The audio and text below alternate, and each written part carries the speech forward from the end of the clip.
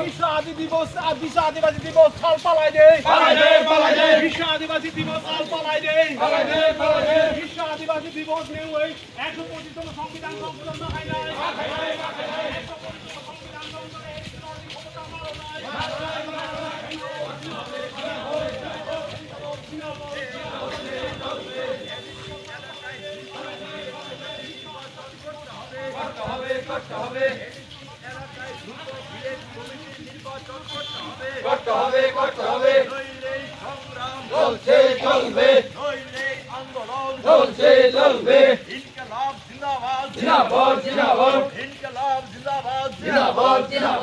বিশ্ব আদিবাসী দিবস দিচ্ছে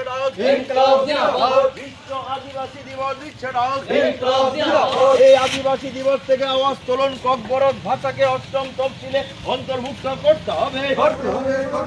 ককবরক ভাষাকে সংবিধানের অষ্টম তফসিলে অন্তর্ভুক্ত করতে হবে